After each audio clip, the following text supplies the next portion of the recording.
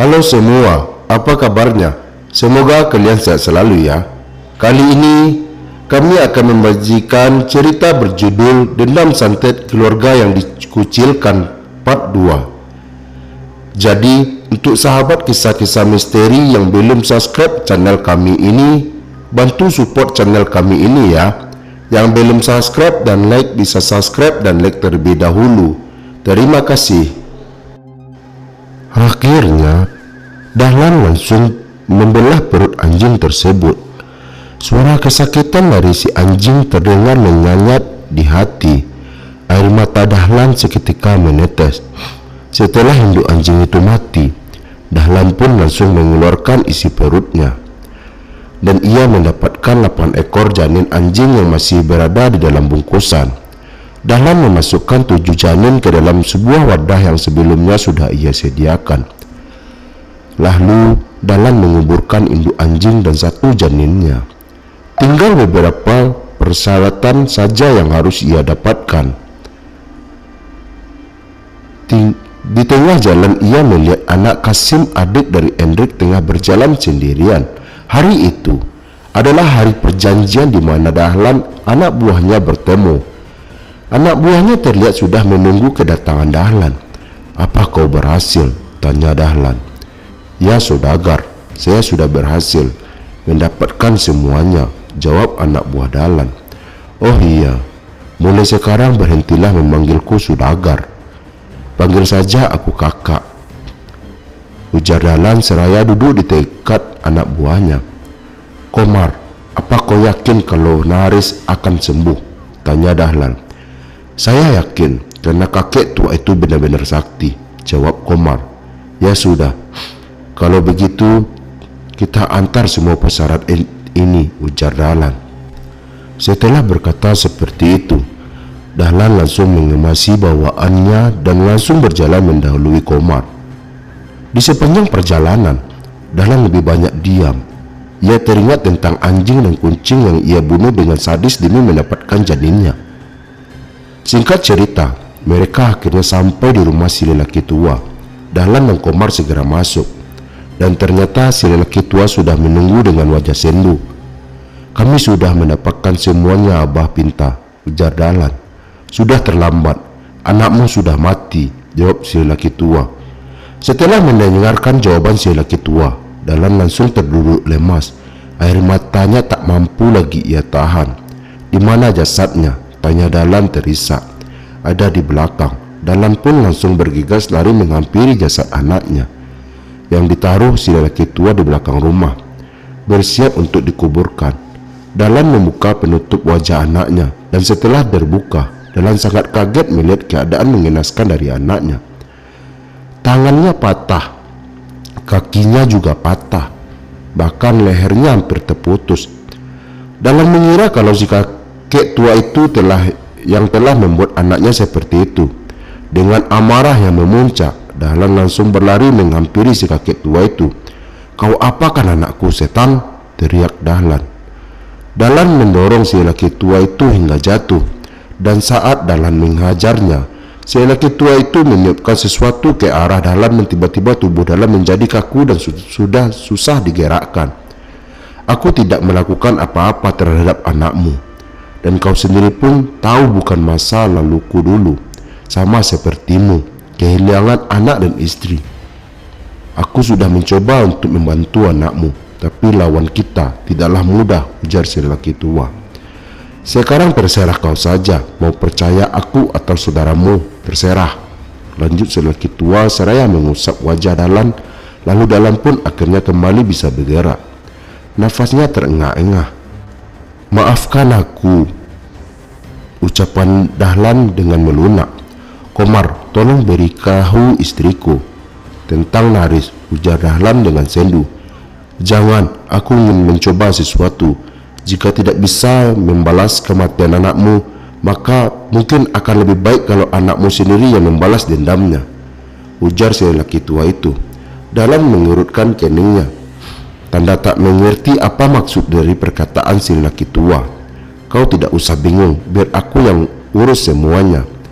Lalu Setelah perkataan seperti itu, si lelaki tua langsung berjalan ke arah belakang rumah, diikuti oleh Dahlan dan Komar. Sampainya di sana, si lelaki tua itu mengambil sebilah bambu lalu membelah dua bambu itu dan menjadikan sembilu. Dengan ujung sembilu yang sudah menyerupai mata pisau itu, si lelaki tua mulai merepalkan bacaan yang entah apa artinya.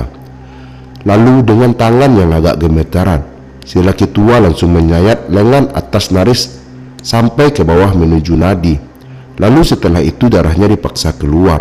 Namun entah kenapa sepertinya darah Naris sudah tidak ada lagi. Si lelaki tua itu tidak menyerah. Ia kemudian menyayat lengan Naris yang satunya lagi, lalu lehernya, dan yang terakhir bagian perut. Setelah mendapatkan darah Naris, lelaki tua itu pun langsung menapung darah-darahnya tersebut. "Kalian tunggu di sini," ujar si lelaki tua. "Saya mau ikut." "Jangan, aku tidak ingin rencanaku gagal karena itu." "Hanya karena kalian ikut," ujar si lelaki tua dengan mata yang melotot. Mendengar itu, Dahlan pun mengurutkan niatnya. Si lelaki tua lalu kembali masuk ke dalam rumah mengambil sesuatu yang entah itu apa. Sesaat si lelaki tua sudah kembali ke belakang rumah, ia langsung menyuruh Dahlan dan anak buahnya untuk masuk ke dalam rumah, karena ia akan berangkat membawa jasad dari Naris. Dahlan mendekati anaknya, ia tak mampu menahan air mata. Lalu Dahlan dibawa masuk oleh Komar ke dalam. Setelah berada di dalam rumah, Komar meninggalkan Dahlan yang masih menangisi anaknya. Lalu Komar mengintip melalui celah-celah ke arah si lelaki tua, dan ternyata lelaki tua renta itu dengan sangat mudah mengangkat jasad Naris dan membawanya menuju ke dalam hutan. Komar terdiam. Ia merasa sesuatu yang membuat nyalinya menciut akan jadi sesuatu gumangan pelan. Sudah 3 hari berlalu. Dahlan pun sudah pulang ke rumahnya. "Apa Naris baik-baik saja?" tanya istrinya. Dahlan diam membisu, tak tahu harus menjawab apa. Bagaimanapun ia tak boleh membocorkan semua yang telah ia lakukan bersama Komar dan si lelaki tua itu. Kepada istrinya, "Aku mau tidur dulu, rasanya capek sekali," ujar Dahlan kemudian pergi meninggalkan istrinya. Begitulah seterusnya sampai beberapa hari ke depan. Dahlan selalu menghindar atau mengalihkan pembicaraan jika istrinya mempertanyakan keadaan Naris. Sesuatu malam, saat Dahlan sedang tidak ada di rumah, istrinya kedatangan tamu yang terus-menerus mengetuk pintu. Ia pikir mungkin saja itu adalah salah satu saudara suaminya. Namun, setelah sekian lama pintunya tidak terbuka. Lalu terdengar ketukan di bawah lantai kayu tepat di bawah istrinya Dahlan sedang merebah. "Ma," panggil suara dari bawah. Suara itu terdengar tidak asing di telinganya. "Naris," batinnya. Lalu ia pun bergegas menuju ke arah pintu rumah. "Ma," ucapnya, seorang yang tepat berada di depan pintu. "Astaga, bagaimana kau bisa secepat ini, Riz?" ujar ibunya dengan kaget. Naris tersenyum, senyumnya sangat dingin, wajahnya pun sangat pucat. "Kau baik-baik saja, Naris?" kata ibunya. Naris mengangguk pelan, lalu ia masuk ke dalam rumah. "Adik," tanya Naris, "mereka sudah tidur, nak." "Kamu dari mana saja, Riz?" "Aku sudah pulang," jawab Naris. Sikap dan gerak-gerik Naris sangat aneh, dan tiba-tiba terdengar suara ketukan lagi di pintu. Istrinya Dahlan pun segera berjalan ke arah pintu, dan saat pintu terbuka, Dahlan dengan wajah pucat pasti berkopoh-kopoh masuk ke dalam lalu mengunci pintu rapat-rapat. "Kau kenapa?" tanya istrinya. Dahlan terdiam, sementara nafasnya masih terasa berat. "Ada hantu," jawab Dahlan akhirnya. "Hantu? Mana? Tidak ada apa-apa." Ia enggan menceritakan apa yang sebenarnya ia lihat tadi. Tiba-tiba mereka dikejutkan oleh suara teriakan dari anak-anaknya yang lain. Mereka pun bergegas berlari ke arah suara teriakan anak-anaknya. Dan sesampainya di asal suara, mereka sangat kaget melihat salah satu anaknya mengalami sakit yang persis dengan Naris dulu. "Apa-apaan ini? Ini pasti ulah mereka. Aku akan menemui mereka langsung," ujar Dahlan seraya berjalan ke arah luar rumah. Dan saat berada di halaman rumahnya, ia mendapatkan ke atas atap, dan ternyata di sana ada dua cahaya merah saling bekerja. Dahlan semakin geram dan emosi. Suara pintu yang digebrak oleh Dahlan, dan ternyata itu adalah rumah Sani. Tidak ada jawaban dari dalam. Setelah beberapa saat menunggu, akhirnya Dahlan memutuskan untuk merusak pintu tersebut. Dan dengan peralatan seadanya, Dahlan akhirnya bisa merusak pintu itu. Namun saat ia masuk ke dalam, ternyata tak ada siapa-siapa di dalam rumah tersebut. "Kemana mereka?" bentak Dahlan. Lalu dengan langkah tergesa-gesa, Dahlan langsung menuju ke arah rumah saudaranya yang lain. Ia mencari mereka di rumahnya satu persatu. Dan saat tiba di rumah Kasim, ia mendengar suara gelak tawa dari saudara-saudaranya. Tanpa permisi, Dahlan langsung memaksa masuk. Dan ternyata di sana saudara-saudaranya sedang duduk mengelilingi benda-benda yang biasanya hanya ada di tempat-tempat perdukunan. Tanpa ampun, Dahlan langsung menghajar salah satu saudaranya. Sementara saudaranya yang lain pun tidaklah tinggal diam. Mereka langsung ikut mengeroyok Dahlan. Suara kerat di atas atap menghentikan perkelahian mereka. Wajah dan tubuh Dahlan sudah babak belur. Sementara saudaranya langsung duduk membentuk lingkaran. Mereka mulai membacakan sesuatu. Sani memuntahkan cairan berbau busuk mirip seperti danur pada seorang orang mati. Sani terlihat sangat tersiksa, namun ia tetap harus mengerapalkan bacaan-bacaan itu agar mereka dilindungi dari serangan gaib dari musuh, yaitu pihak yang membela Dahlan.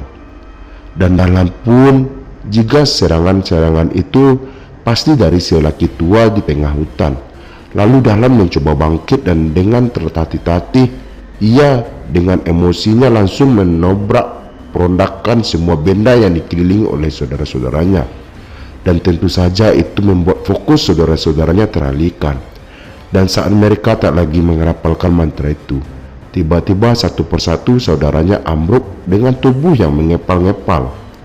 Tinggalkan satu orang, yaitu Kasim, yang masih tetap membaca mantranya sambil memejamkan matanya. Ia mencoba memfokuskan dirinya. "Aku tahu, akulah yang mengambil darah anakmu pada waktu itu," ujar Dahlan yang membuat Kasim seketika menghentikan membaca mantranya. Ia langsung berdiri menatap lekat ke arah Dahlan. "Bangsat," teriak Kasim, "kalian yang memulai lebih dahulu. Anakku mati karena ulah kalian," bentak Dahlan bersiap menghadapi serangan fisik dari Kasim. Perkelahian fisik pun terjadi. Keduanya bergulat.